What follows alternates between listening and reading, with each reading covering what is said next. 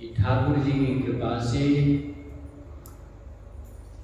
मनुष्य जन्म की सर्वोत्कृष्ट लाभ सत्संग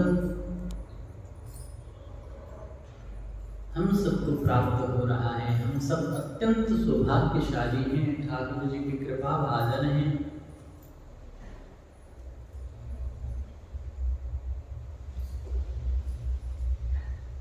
इसी सत्संग सत्र में हम सब लोग देवर्षि नारद जी के भक्ति सूत्रों का स्मरण कर रहे थे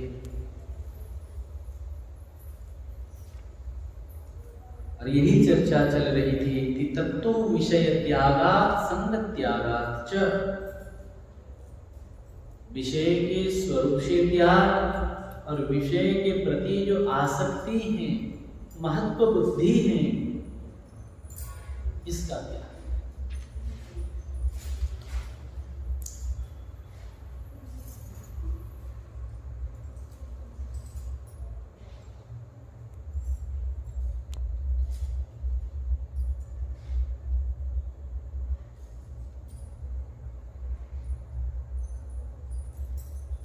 ध्यान, चिंतन, कीर्तन, भगवत सेवा, साधु सत्कार, सत्संग आदि ये जो भगवत अनुकूल विषय है,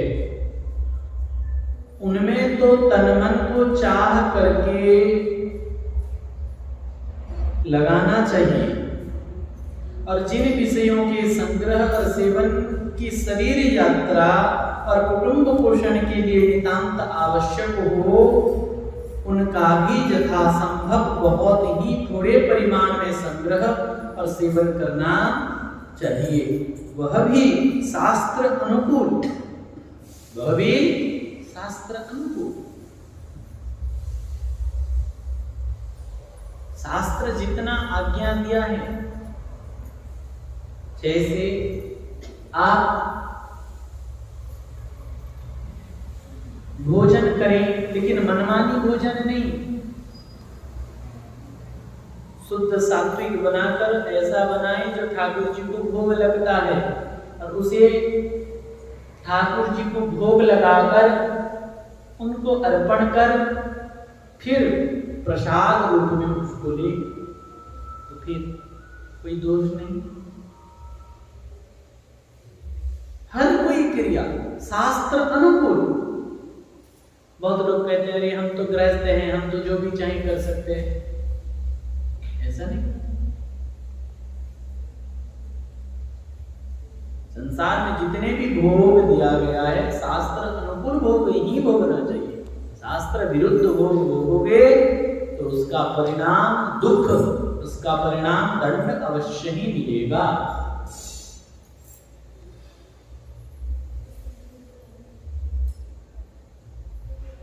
जो नितांत आवश्यक है, ग्रस्त है, उस स्त्री संग कर रहा है लेकिन केवल प्रजोत्पत्ति के लिए, पुत्र प्राप्ति के लिए, उसके अलावा फिर उसके साधन में हानिकारक बनेगा। धन कमा रहे हैं कुटुंब भरने के लिए, परिवार जनों के लिए, और फिर उसमें से दशांश अपने को निकाल कर भगवत सेवा में लगाना ही लगाना है, परोपकार में लगाना ही लगाना है। यही है शास्त्र की विधि।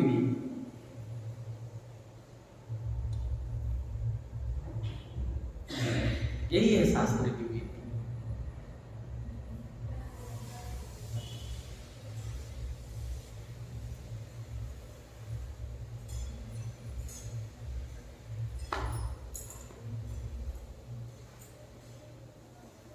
ईश्वर की आज्ञा समझकर अन्य किसी भी फल कामना को मन में स्थान न देते हुए केवल ईश्वर प्रत्यर्थ ही, केवल ईश्वर की प्रसन्नता के लिए हम कर्म करेंगे। पेड़ लगाना, उसमें जल देना, ये अपना काम है, अपनी सेवा है, हम करेंगे। फल कैसा आएगा इस पर हम आशा न करें। प्रयास करना अपना काम है, अपना कर्तव्य है, हम करें। फलासा और फलाशक्ति को छोड़कर क्या होगा? जो ठाकुर जी की इच्छा हो। हम ऐसा कुछ काम किए जो अच्छा समझ कर किए, लेकिन उसमें भी आपको बदनामी मिल सकती है। ठाकुर जी की इच्छा, ठाकुर जी की इच्छा कहने से हानि लाभ जीवन मरण और यश अपयश, ये 6 चीज मनुष्य के हाथ नहीं है, वो विधाता के हाथ है। इसीलिए प्रसन्न रहना चाहिए। जो मिले जैसा मिले ठाकुर जी की इच्छा समझ लेना चाहिए। और एक बात ध्यान देंगे, उन लोगों को समझना चाहिए, सुनना चाहिए, अपने मन में चिंतन करना चाहिए कि अगर कोई हमारा निंदा कर रहा है अकारण, हमें निंदनीय कर्म नहीं करना है, हमें ऐसा कोई काम नहीं करना है बिल्कुल भी जो निंदा के योग्य है। हमको अच्छा काम ही करना है, और अच्छा काम करने के बाद भी अगर हमारा कोई निंदा कर रहा है तो बहुत घबराने की जरूरत नहीं है, रोने धोने की जरूरत नहीं है, दुखी होने की जरूरत नहीं है, बल्कि खुश होने की जरूरत है। क्यों? जो हमारी निंदा कर रहा है वो हमारे मां से भी बढ़कर है। कैसे? बोले मां तो अपने हाथ से साफ करती है, और निंदा करने वाला अपने जीवा से हमें साफ कर रहा है। कैसे साफ कर रहा है? वो निंदा जो कर रहा है, हम सब में तो पाप बनता ही है कि हम निष्पाप हो चुके हैं? नहीं, जीवन में कुछ न कुछ पाप बना हुआ है, अभी भी हम चल रहे हैं। कहीं कोई जीव मर जाता है, कोई किसी भी प्रकार के दोष अपराध हो जाता है, पाप बन जाता है। अगर हमारे कोई निंदा कर रहा है, वो भी अकारण निंदा कर रहा है, तो हमारा जो पाप बन गया है वो पाप को वो ले जा रहा है। बोलो कितना बढ़िया बात है। हमसे कोई पाप बन गया है पहले किसी जन्म में भी, इसी जन्म में भी, तो वो पाप को उसी के पास चला जाता है जो निंदा करता है। इसीलिए हमको किसी का निंदा नहीं करनी है, क्योंकि हम निंदा करेंगे तो उसी का पाप हमारे सिर पर आएगा। और ये आप ये मत समझना कि महाराज हम लोगों को भुगताने के लिए, कि महाराज हम लोगों को, ये शास्त्र की बात बता रहे हैं, ये आचार्यों ने, गुरुजनों ने बताया है। श्री चरणदास जी कहते हैं, साधो निंदक मित्र हमारो, साधो निंदक मित्र हमारो, निंदक को नियरे ही राखो,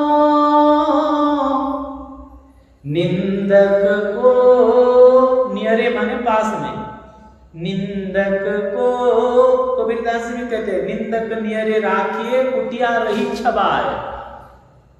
कोई आपका निंदा कर रहा है, आपके घर के सामने उसको रखा करो, और अपने हाथ से उसके लिए कुटिया बना दो, भाई तू यहाँ रह, मेरा निंदा करते रहे। क्यों? क्योंकि बिना कारण से आपका पाप तो तीर्थ जाने से पाप धुलता है, लेकिन वो निंदा करने से हमारा पाप अपने आप कट रहा है, अपना दुख कट रहा है।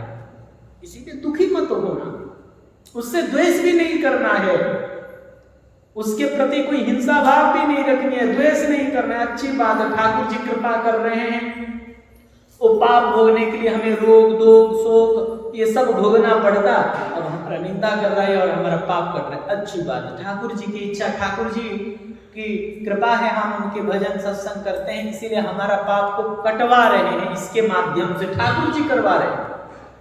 देखिए, कोई प्रशंसा करता है तो भी ठाकुर जी करवाते हैं, कोई निंदा करता है तो भी ठाकुर जी ही करवाते हैं। ये सच्ची बात है। बड़े बड़े महापुरुषों ने गाया, साधो निंदक मित्र हमा, मां से भी बढ़कर है। इसीलिए हाँ, हमें जहां विरोध हो वहां नहीं जाना चाहिए, वहां नहीं मिलना जुलना चाहिए, उसका संग नहीं करना चाहिए, लेकिन हमें उसके प्रति द्वेष भाव, मात्सर्य भाव भी नहीं रखना है। ठीक है, अच्छा है, भगवान की कृपा कर देगा तुझे जो मर्जी। हम तो हमें ठाकुर जी का भजन करेंगे, उनका नाम जपेंगे, उनको दर्शन करेंगे, बस हमारा यही काम है। तो इसीलिए ईश्वर की आज्ञा समझकर अन्य किसी फल कामना को मन में स्थान न देते हुए केवल ईश्वर के प्रीत्यर्थे, केवल भगवान की प्रसन्नता के लिए हम करें। राणा जी रूठे तो मारी इकाई करके, मीरा जी कहती है, अगर राजा रूठे, मीरा जी की देवर थी राणा, राजा विक्रम सिंह, तो उनके देवर राजा थे, वो नाराज होते थे इनके भजन भक्ति करने से, इनके सेवा पूजा से नाराज होते थे। तो लोग समझाते थे, बोले राजा नाराज हो रहा है, मीरा जी आप क्यों नाचते गाते हो बाहर, अपने कमरे में नाचा गाया करो, भक्ति करो, बाहर क्यों जाते हो। तो मीरा जी बोली, राणा जी रूठे तो मारी काई कर सी, राजा अगर हमसे नाराज हो जाए तो हमारा क्या बिगाड़ लेगा, लेकिन हमारे गिरधर गोपाल भी हमको नाराज हो जाए तो हमारे तो जीवन बर्बाद हो जाएगा। इसीलिए हमको ध्यान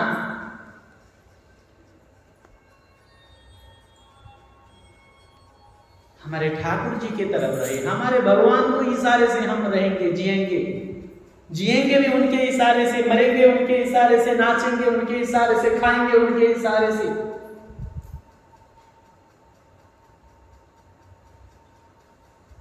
जो वो करवाएंगे, हमें किसी का कोई परवाह नहीं।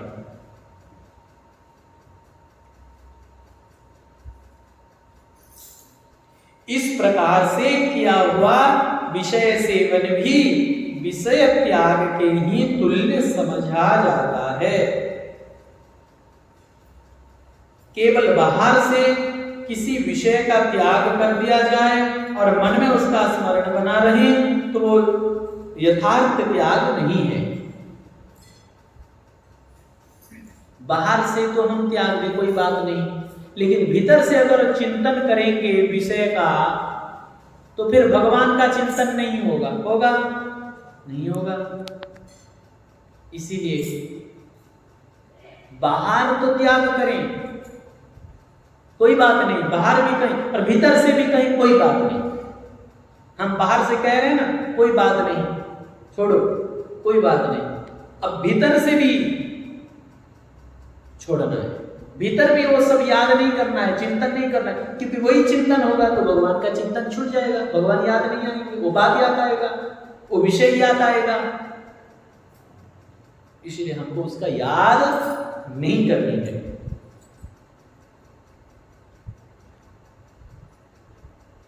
इसीलिए सूत्र में विषय त्याग के साथ ही साथ विषयासक्ति की त्याग का भी आवश्यकता बतलाई गई है। महाभारत में कहा गया है, त्यागः स्नेहस्य यस् त्यागो विषयाणां तथैव च।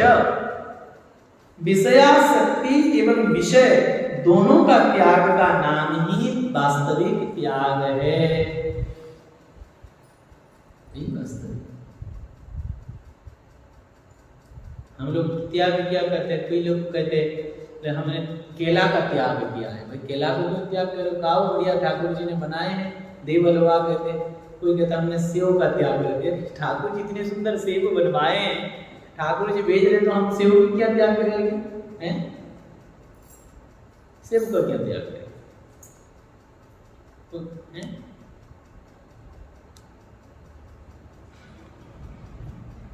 ये सब नहीं त्यागना।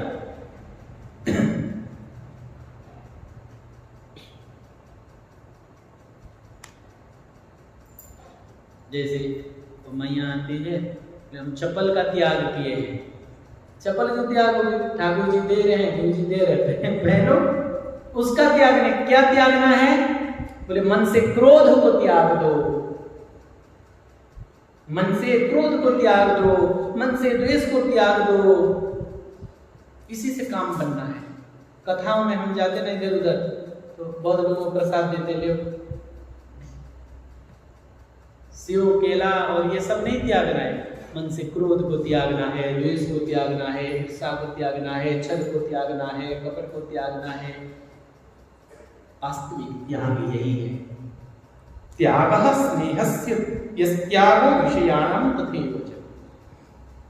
यही वास्तविक त्याग है।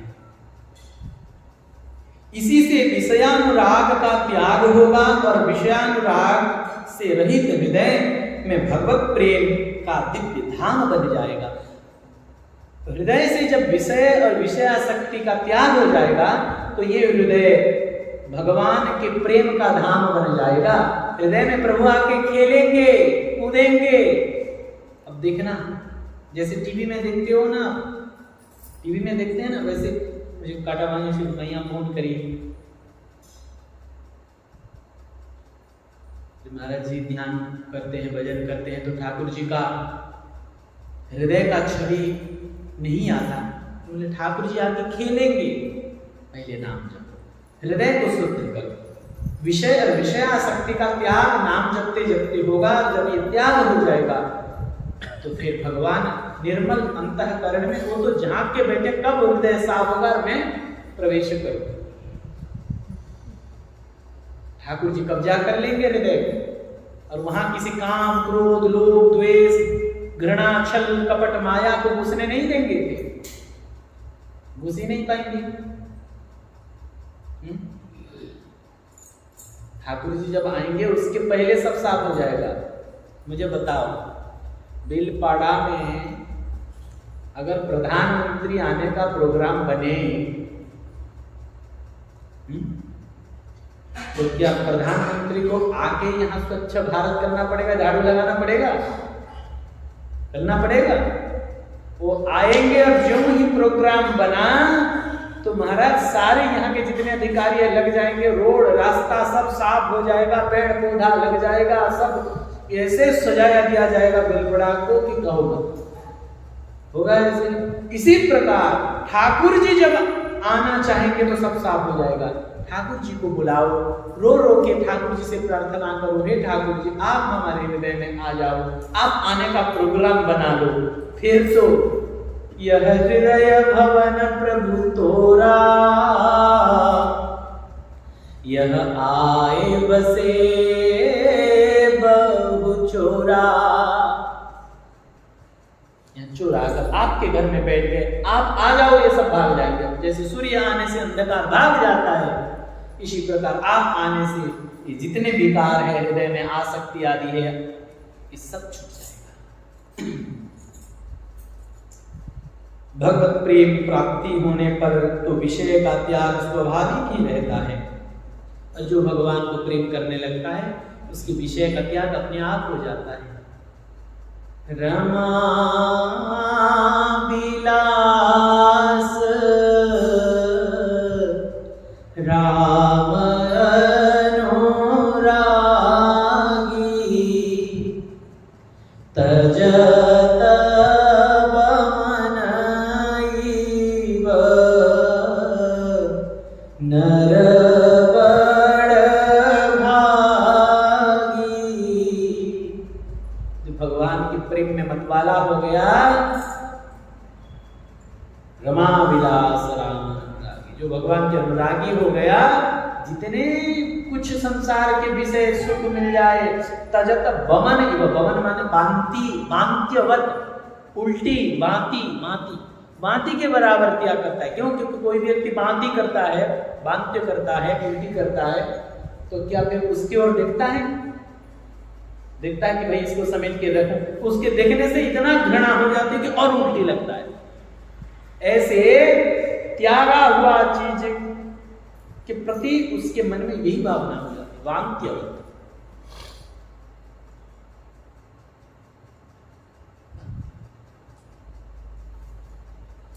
अमृत के स्वाद को चख लेने और उसके गुण से लाभ उठा लेने पर फिर विष की और किसकी नजर क्यों जाने लगी? अब बताओ, जो अमृत पी रहा है वो जहर की तरफ लोग दृष्टि क्यों करेगा? हैं? जो अमृत कुंड में नहा रहा है वो किसी नाला नर्दमा में कीचड़ में क्यों फंसना चाहेगा? उसको तो अमृत कुंड मिल रहा है स्नान करने के लिए। जिसको सुंदर बादाम केसर और बढ़िया सब कुछ डला हुआ दूध में पीने के लिए मिल रहा है, हैं?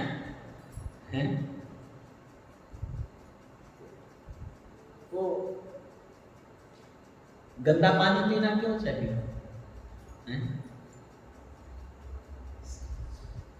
जो भगवान के प्रेम में डूब गया संसार अपने आप छूट जाता है ना। विश्वास कीजिए छूट जाता है। उसे नहीं अच्छा लगता खाना पीना सोना। प्रभु के नाम का सुख जिसे मिल गया है, प्रभु की सेवा की सुख जिसे मिल गया है, वो कितने मस्ती में है, कितने आनंद में है, वो बाहर लोग नहीं समझ पाते। बाहर लोग सोचते हैं कि परेशान हो रहा है, दुखी है। लोगों को लगता है कि वो दुखी है, नहीं है दुखी। वो कितने आनंद में हो जाता है, कितने मस्ती में हो जाता है।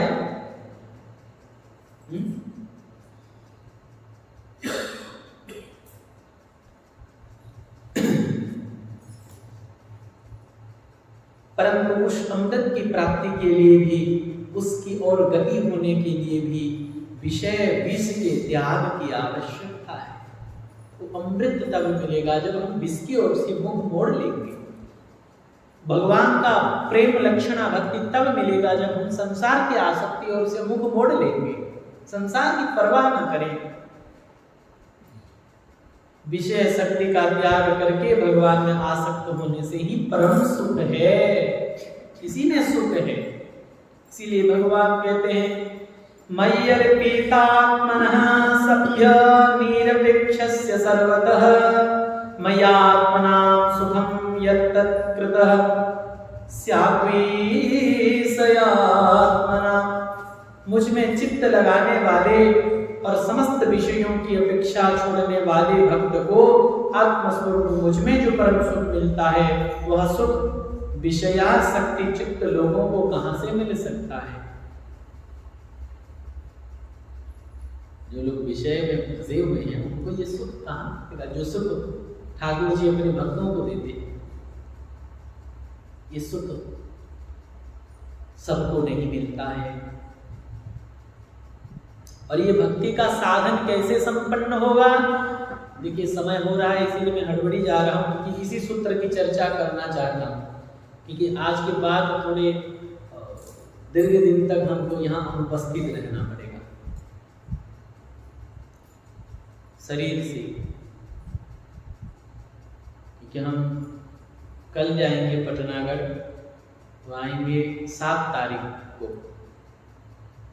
7 तारीख शाम को सत्संग तो करेंगे, लेकिन 8 तारीख को फिर हमें वृंदावन जाना है। आएंगे 18 या 19 को और 20 को फिर यहीं से हमको रायपुर जाना है। इसीलिए मैं ये सूत्र की चर्चा करना चाहता हूँ। और कुछ लोग आए हैं, मुझे वो खाता ला के अभी मैं बांटूंगा, ऊपर रखा है ना, ठीक है खाता कुछ कभी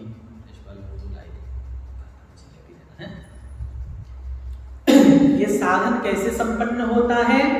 अव्यावृत भजना, अखंड भजन से भक्ति का साधन संपन्न होता है।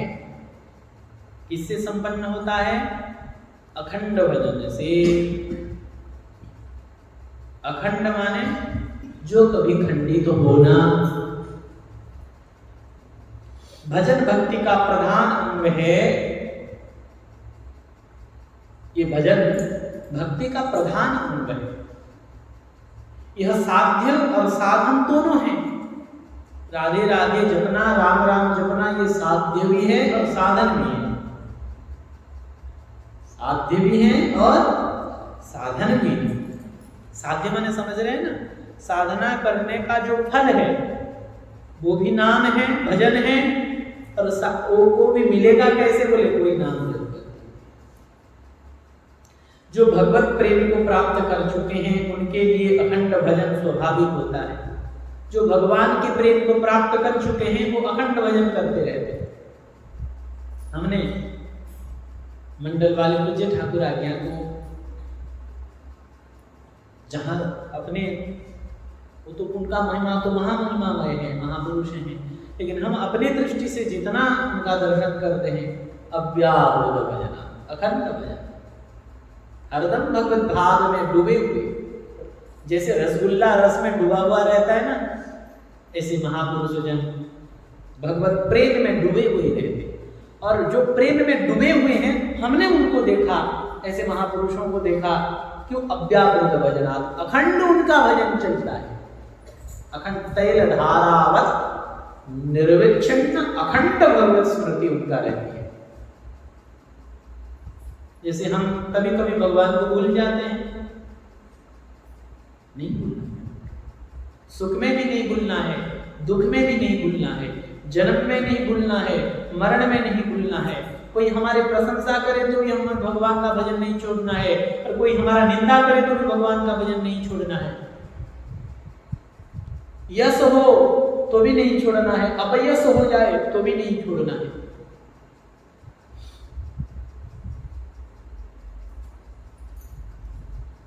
जो भगवत प्रेम को प्राप्त कर चुके हैं उनका तो स्वाभाविक ही अपने आप होता है अखंड भजन।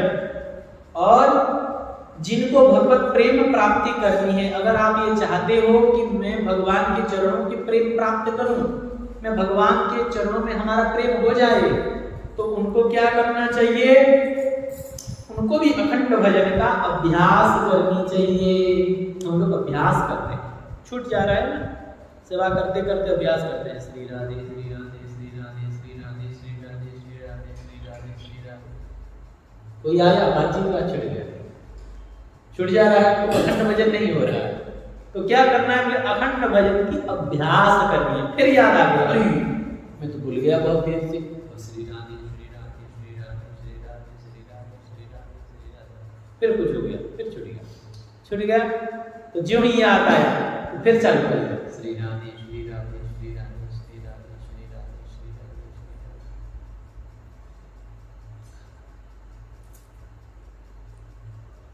जो मनुष्य भजन बिना मुक्ति और भगवत प्रेम जानना चाहता है वो भूलता है वो सही।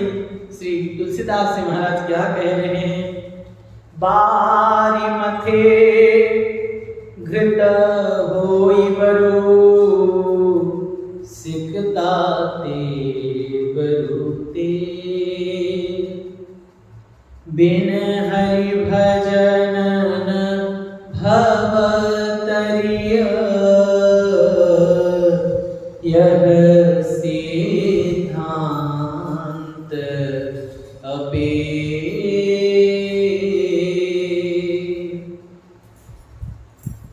अब बताओ, दही को मंथन करने से घी निकलता है, पानी को मथने से घी निकलता है क्या?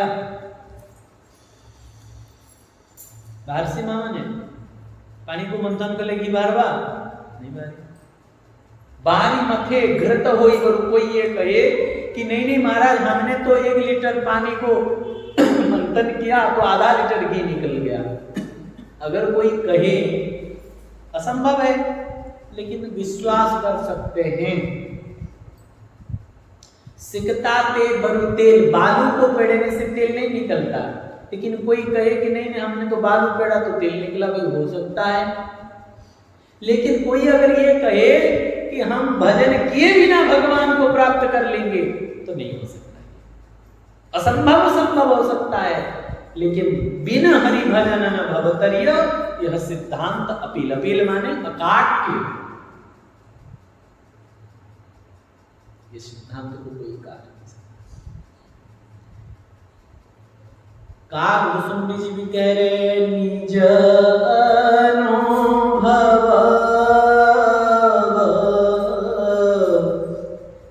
कहे हूँ खगेसा, बिन हरि भजन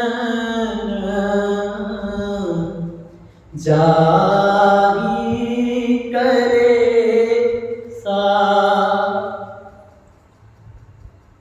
अपने अनुभव के बाद बिना भगवान के भजन से क्लेश दुख दूर नहीं होगा भाई, नहीं होगा। चाहे हम घर बना ले, आश्रम बना ले, कुटिया बना ले, पैसा कमा ले, खा ले, नहीं खा ले, व्रत कर ले, यज्ञ कर ले, दान कर ले, पुण्य कर ले, संसार के जितने सुख हैं भोग ले, दुख की निवृत्ति होने वाला नहीं है। बिना भगवान के भजन से, बिना भगवान के शरणागति से कर ले। हमने सुखियों को देखा है, हमने देखा है,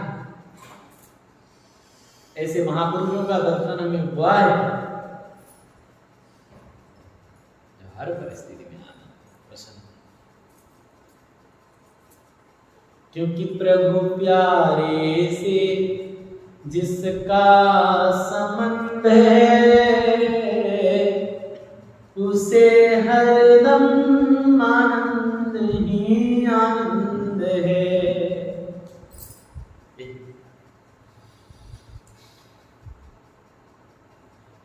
जल के मंथन से चाहे घी निकल आवे, बालक से चाहे तेल निकले, परंतु भगवान के भजन बिना भवसागर से मनुष्य नहीं तर सकता, नहीं तर सकता और नहीं तर सकता। यह सिद्धांत अकाट्य है।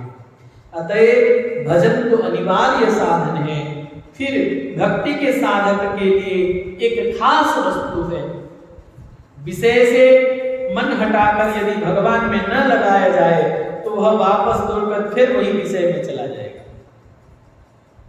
मन को अगर भजन में न लगाएंगे तो जो विषय छोड़े हैं फिर वही विषय को की ओर मन चला जाएगा।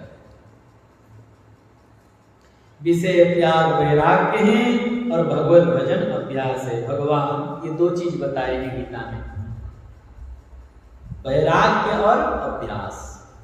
देखिए पूरे जितने सूत्र है सभी सूत्र अपने आप में महत्वपूर्ण है, लेकिन मुझे ये सूत्र जब मैं नए नए घर छोड़ के आया, संतों का आश्रय लिया, गुरुजनों का आश्रय लिया, तब हमको ये सूत्र बहुत, ये प्रेम दर्शन हमारे पास बहुत दिनों से हैं। ठाकुर जी ने कृपा करके हमें प्रदान किए और ये मिलने के बाद भजन भक्ति में बहुत सहायक है। वैराग और अभ्यास। वैराग किस चीज की? विषय आसक्ति से वैराग, और भजन का अभ्यास।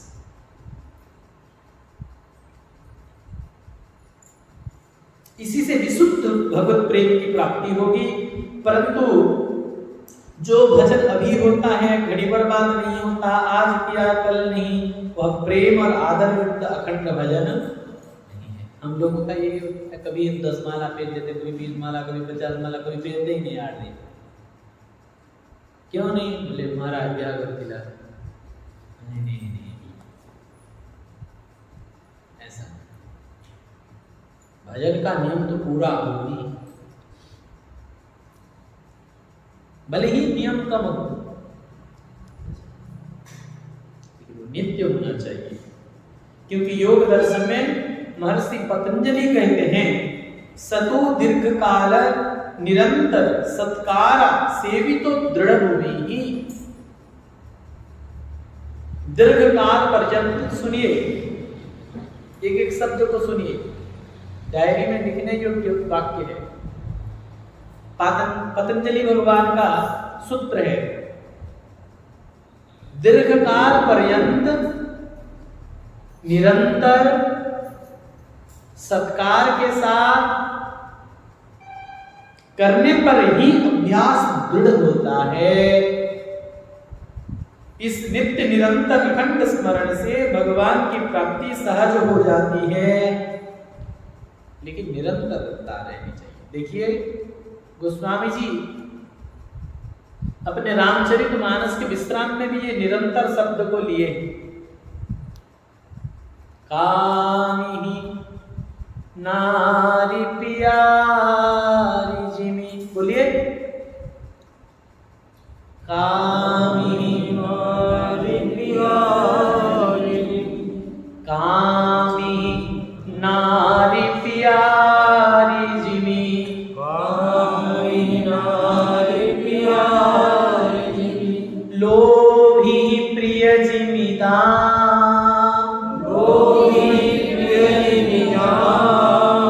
तिमि रघुनाथ निरंतर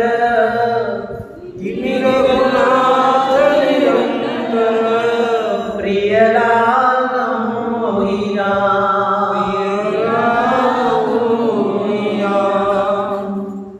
प्रिय लागहु हीरा। जैसे कोई कामी व्यक्ति नारी का चिंतन करता है, जैसे कामी व्यक्ति को नारी प्रिय होता है,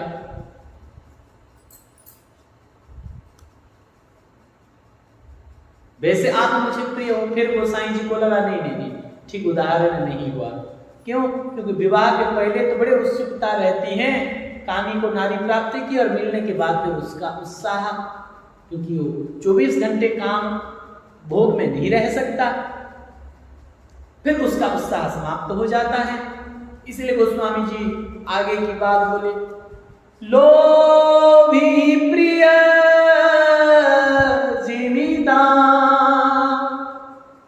गोसाई जी ने मानस रूप में बताया कि लोभ अपारा, महाराज कामी हरदम काम में नहीं डूब सकता, लेकिन लोभी मरते दम तक लोग मरते दम तक अपने तकिया के नीचे अपना चाबी रखे रहते हैं, बेटा बहू को नहीं पकड़ाते। लोभ ही प्रिय जीवी। जो लोभी व्यक्ति है वो मरते दम तक भी धन की आसक्ति नहीं छोड़ता, उसका चिंतन नहीं छोड़ता। जैसे कामी नारी को प्रेम करता है, जैसे लोभी धन को प्रेम करता है, तिमी वैसी तरह हे रघुनाथ निरंतर मैं आपको प्रेम करूं, निरंतर प्रेम करूं आप। तिमी रघुनाथ निरंतर, निरंतर शब्द बड़ी महत्वपूर्ण है। निरंतर बनी रहे, निरंतरता बनी रहे। आज हुआ, कल ज्यादा हुआ, परसों कम हुआ, नरसों बिल्कुल हुआ ही नहीं, ऐसा नहीं, निरंतरता बनी रहे।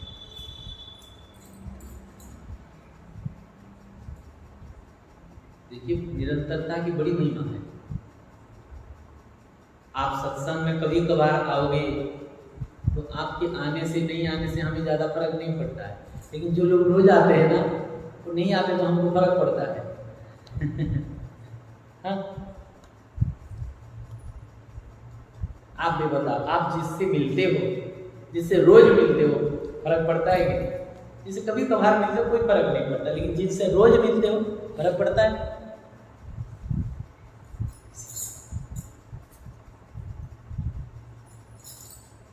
अनन्य चेतः सततं यो मां स्मरति नित्यसः तस्याहं सुलभः पार्थ नित्य युक्तस्य योगिनः। हे अर्जुन, भगवान गीता में कह रहे हैं, हे अर्जुन, जो पुरुष मुझ में अनन्य चित्त होकर नित्य निरंतर मुझे स्मरण करता है, उस निरंतर मुझ में लगे हुए योगी के लिए मैं सुलभ हूं।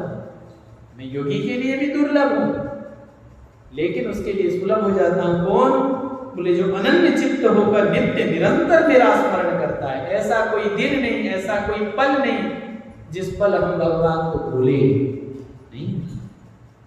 हे नाथ मैं आपको भूलूं नहीं, हे प्रभु मैं आपको भूलूं नहीं। बार बार अपने मन में प्रभु से कहते रहना है। अतएव अखंड भजन से भगवान का प्रेम पूर्वक चिंतन करते हुए स्नान, भोजन, व्यापार सब काम करने चाहिए। देखिए आप कहेंगे महाराज अखंड भजन कैसे होगा? हम तो आधा घंटा समय निकालते हैं, बाकी तो हमें खाना पीना, सोना, नहाना धोना, स्कूल जाना, कॉलेज जाना, ऑफिस जाना, दफ्तर जाना, दुकान जाना, सब व्यापार करना सब पड़ता है। हमको कैसे होगा कि सब कुछ करते हैं? आप बोले ये कैसे संभव? भगवान अर्जुन को कह रहे मामनुस्मर युद्ध च, युद्ध करते हुए मेरा स्मरण करो। अब बताओ युद्ध कोई क्या है?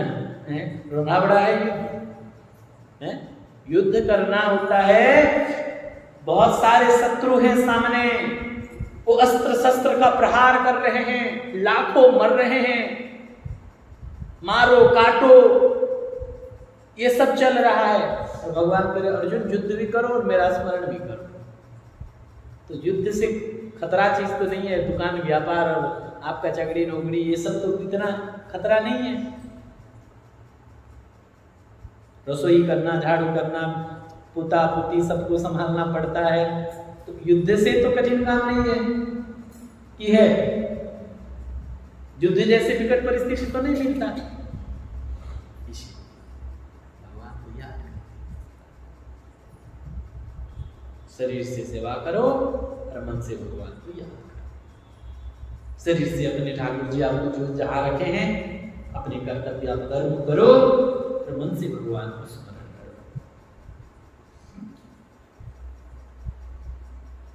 भगवत स्मरण युक्त होने से प्रत्येक कार्य भजन हो जाएगा। भगवान को याद करते हुए आप जो काम करेंगे वो सब भजन ही हो जाएगा। आप लोगों को बता दूं, सदन कसाई नाम के एक भगत थे। कसाई थे, कसाई जानते हो किसे कहते हैं? जो मांस काटकर बेचते हैं, मांस बेचने वाले, उनका नाम था सदन कसाई। और वो करते थे, मांस काट के बेचते थे, यद्यपि जीव नहीं मारते थे। उनकी कौलिक वृत्ति था, कुल परंपरा था। उनके पिताजी सब मार काट के मांस बेचते थे, तो उनका भी वही कौलिक वृत्ति बना। तो वो मारते तो नहीं थे, खरीद के ले आते थे और खुद काट के बेचते थे। सदन कसाई लेकिन हरदम भगवान का चिंतन करते थे। तो ठाकुर जी, शालिग्राम जी उनका मांस तोलने का बटकरा बन गया। पता है, जो ठाकुर जी शालिग्राम जी की हम सेवा करते हैं ना, ठाकुर जी उनको तो पता नहीं था कसाई थे, वो तो भगवान को प्रेम में डूबे रहते थे। शालिग्राम जी क्या है नहीं जानते थे। उससे वो बटकरा बना, बटकरा वो तोलने वाला है कि जी उसे बना। ठाकुर जी को एक तरफ रखते थे, एक तरफ मांस रख के बेचते थे। और ठाकुर जी अपने भक्त के निकट रहकर बड़े खुश, बड़े प्रेम में आनंद रहते थे। अब बता,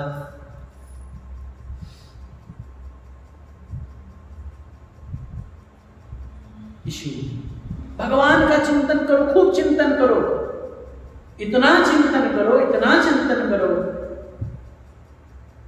ठाकुर जी संभाल लेंगे, आपको संभाल लेंगे, बिगड़ने नहीं देंगे आपको। अरे ठाकुर जी को स्मरण करोगे, आपको बिगड़ने देंगे? सारे विषयों के प्रति, सब चीज के प्रति घृणा हो जाएगी आप मन में। ठाकुर जी की कृपा स्मरण करेंगे तो देखो, सूर्य आने से अंधेरा भागता ही है। प्रभु का स्मरण करने से जितने पाप वृत्ति है सब अपने आप भाग जाएगा। करके तो देखो।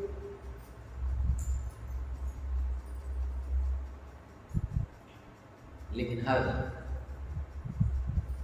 अगर सदन कसाई जी मांस बेचते समय भजन कर सकते हैं, तो हम कपड़ा बेचते समय क्यों नहीं कर पाएंगे? हैं? आप कॉलेज जाते समय क्यों नहीं कर पाएंगे? आप स्कूल पढ़ाते समय क्यों नहीं कर पाएंगे? आप गौ सेवा, ठाकुर सेवा करते समय क्यों नहीं करेंगे?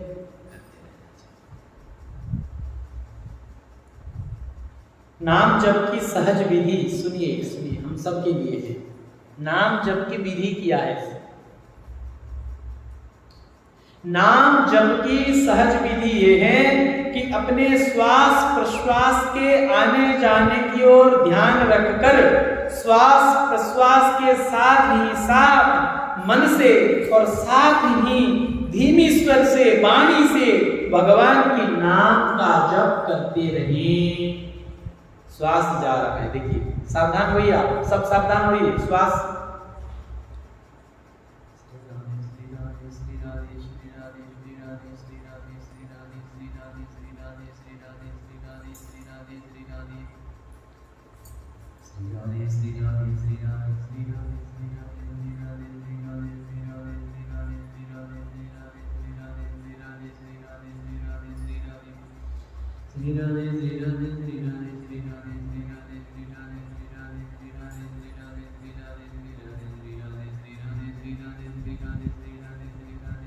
ध्यान श्वास में रखिए।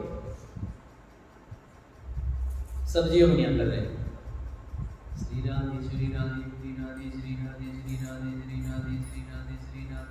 पेड़ पौधा में पानी दे रहे पाइप लगाकर, श्री राधे श्री राधे श्री राधे श्री राधे श्री राधे श्री राधे श्री राधे श्री राधे श्री राधे श्री राधे श्री राधे, दुकान जा रहे हैं श्री राधे श्री राधे, बैठे हैं ग्राहक को बता दिए फिर श्री राधे श्री राधे। गुजरात में एक महात्मा थे, वो जप करते थे श्री कृष्ण गोविंद हरे मुरारे हे नाथ नारायण वासुदेव। बड़े आश्रम था उनका और आश्रम की पूरी व्यवस्था संभालते थे। आश्रम की व्यवस्था कैसे होते हैं यहाँ तो आप लोग देखते हैं, इतने सारे व्यवस्था है। हमें कहते लोग आप बैठिए महाराज आप बैठिए, बैठने से थोड़े काम होगा हैं, हम बैठेंगे तो कौन करेगा, नहीं होता है बैठने से। आश्रम की व्यवस्था इनको करना ही होगा। तो महात्मा जी सेवा में लगे रहते थे, लेकिन श्री कृष्ण गोविंद हरे मुरारी हे नाथ नारायण वासुदेव, श्री कृष्ण गोविंद हरे मुरारी, किसी को बुलाना था श्री कृष्ण गोविंद हरे मुरारी हे नाथ नारायण, श्री कृष्ण गोविंद हरे मुरारी हे नाथ नारायण वासुदेव। सारे काम ऐसे करना। और कोई गलती करे तो श्री कृष्ण गोविंद हरे मुरारी हे नाथ नारायण वासुदेव, श्री कृष्ण गोविंद हरे मुरारी हे नाथ नारायण वासुदेव, श्री कृष्ण गोविंद हरे मुरारी हे नाथ। क्योंकि आश्रम में डांटना भी पड़ता है, फटकारना भी पड़ता है। जो लोग सेवा कर रहे हैं गलती करे तो उनको डरना बंद करना, ऐसे डांटते थे। हमें तो बहुत अच्छा लगा सुन के, इतना सुंदर है देखो में। ऐसे हरदम अपने श्वास से भगवान का नाम लेते रहे। यही नाम जप की विधि है। मन भी और अपने जीवा भी धीमा स्वर से श्वास प्रश्वास में ध्यान रहे। आपका छूट रहा है क्या? अभी सुन रहे हैं, आपका होठ हिलता रहे, आपका जीवा हिलता रहे। जो जिस नाम जपते, कोई राम राम जपते तो राम राम राम राम राम राम, राधे राधे जपते तो राधे राधे राधे राधे, जो जिस नाम जपते अपनी जीवा हिलते रहे। मैं संतों को देखा, जैसे चॉकलेट बच्चे लोग चूसते रहते हैं ना, उनके जीवा ऐसे चूसता रहता, नाक का स्वाद, जीवा हिलता रहता है। जीवा हिलते रहे, होठ हिलते रहे, यही नाम जप की सहज विधि है।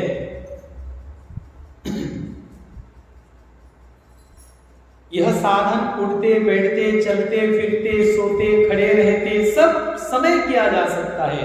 अभ्यास दृढ़ हो जाने पर चित्त विक्षेप शून्य होकर निरंतर भगवान के चिंतन में अपने आप लग जाएगा। प्रायः सभी प्रसिद्ध भक्तों और संतों ने यही साधन प्रयोग किया। जितने संतों को भगवान मिले, जितने भक्तों को भगवान मिले, सभी भक्तों का प्राय ये साधन है। श्वासा माही जपेते दुविधा रहे न कोय, सांस सांस सुमिरन करो यह उपाय अति नीक। ये उपाय बड़े सुंदर है। नीक माने सुंदर, क्या बोले? श्वास श्वास से जप करो। श्री राधे श्री राधे श्री राधे श्री राधे श्री राधे श्री राधे श्री राधे श्री राधे श्री राधे। और आप लोगों को बता दूं, बहुत बढ़िया प्राणायाम है, सभी प्राणायामों से श्रेष्ठ। कोई बात नहीं, आप कपालभाति करो, श्री राधे अपने मन में कह दे रहे। अनुलोम विलोम कहते हैं, अनुलोम विलोम कर रहे, तो जब श्वास ले रहे तब श्री राधे चलता रहे मन ही मन।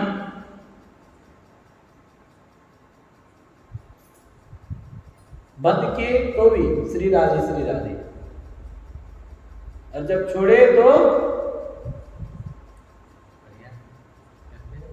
वक्त कर रहे हो, नाम जब करते हुए कर सकते हैं हम लोग। मतलब यह है कि भगवान के स्वरूप, प्रभाव, रहस्य, गुण, लीला आदि अथवा नाम का निरंतर तैलधारावत चिंतन होना चाहिए। यह अखंड भजन है। और देखिए, ये सब भजन है भगवान के स्वरूप का अखंड स्मरण करो, चाहे प्रभाव का, रहस्य का, गुण का, लीला का, लेकिन सहज है नाम। मैं अपनी तरफ से आप लोगों को बोल दे रहा हूं, सहज है नाम। क्योंकि रूप का चिंतन निरंतर होना थोड़ा कठिन है, लीला का निरंतर चिंतन होना थोड़ा कठिन है, लेकिन नाम का चिंतन निरंतर थोड़ा सहज है। इसीलिए आपको जो सुविधा लगे वो कीजिएगा, नाम सहज है। हम जहां तक नाम के प्रयास करते हैं निरंतरता बनाने का, नाम श्री राधे श्री राधे श्री राधे श्री राधे श्री राधे श्री राधे श्री राधे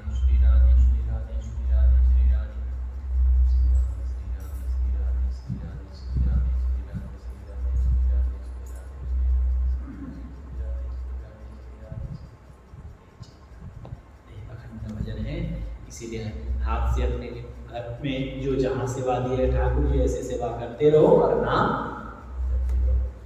बोल वृंदावन बिहारी लाल की।